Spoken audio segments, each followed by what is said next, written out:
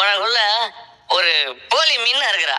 அதை நான் தெரிஞ்சுட்டேன். என் பொண்டாட்டிக்கு பூ மாதிரி மனசு. அவ எல்லாருக்கும் நல்லதுதான் நினைப்பான்னு பெருமையா பேசுவேன்.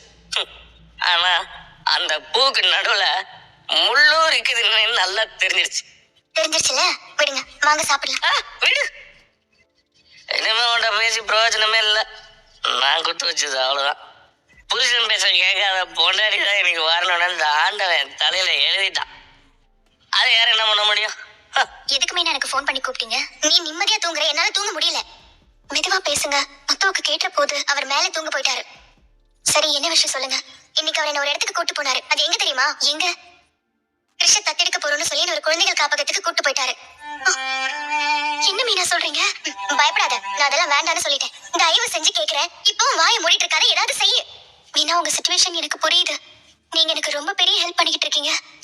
நான் ஹெல்ப் எல்லாம் பண்ணல, பாவம் பண்ணிட்டு இருக்கேன். போக போக என்னால இந்த பாவத்தோட பாரத்தை எல்லாம் தாங்க முடியல. ஏதாவது பண்ணு.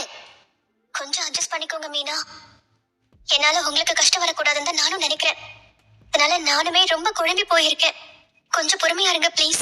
என்னால ஒரு அளவுக்கு மேல பொறுத்துக்க முடியாது. இன்னைக்கு எங்க 2 பேருக்குள்ள சண்டை வந்துருச்சு. அவருக்கு என் மேல இருந்த நல்ல பேரும் போயிட்டு இருக்கு. எனக்கு என்ன பண்றதுன்னே தெரியாம கோவில போய் அழுதுட்டு வரேன். டாடி, என்ன ஸ்கூல்ல டிராப் பண்றீங்களா? கிரீஸ், வா. தாத்தா, எதுப்பா மனோஜ டாடின்னு கூப்பிட்ட? திடீர்னு கூப்பிட்டா உன்னை யாராவது அப்படி கூப்பிட்டு சொன்னாங்களா? யார் கூப்பிட்டு